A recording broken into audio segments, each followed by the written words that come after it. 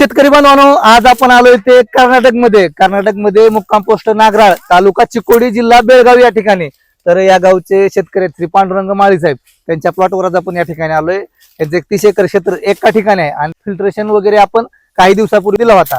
तर आता या ठिकाणी आपण विजिटला आलो होतो. तर आता या ठिकाणी बघितलं तर एक गोष्ट आवर्जून सांगू वाटते शेतकरी बांधवांना की काय गोष्टी व्यवस्थितरित्या केल्या तर भविष्यात त्याचा काही गोष्टींचा फायदा हा 100% होतो. आता या ठिकाणी त्यांना सोलर पॅनल जो आहे तो 10 HP चा मंजूर होऊन आलाय आणि त्यांना तो अशा पद्धतीने त्यांनी व्यवस्थितरित्या सोलर पॅनल जो आहे तो व्यवस्थित बसवलाय आणि त्याच्यावरती ती लागूड ठेवायला लागूड मटेरियल ठेवाय. अशा पद्धतीने त्यांनी सोलर पॅनल आणि त्याला मग साईटून काय केलंय तर शेडचं नियोजन केलंय. तर त्यांना आपण विचारू की कशा पद्धतीने काय गोष्टी केल्या.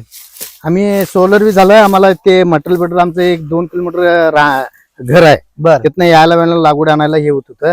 हा. म्हणताना मी काय केलंय, शेड बी केलंय आणि सोलर बी केलंय त्याला. हा, हा, आत लागवड बिगुड काय तर सामान शेतीवर आणि पावसात पाणी वगैरे आलं तर पाणी नाही, वर हे केलंय मी तिकट लावले लावले हा पाणी ते येऊ नये म्हणून. त्यामुळे पाणी हा, वगैरे पाणी बिनी काय येत कसलं येत नाही. नाही. नाही. तर दोन पद्धतीने शेतकरी बांधवांनी या ठिकाणी फायदा झालाय.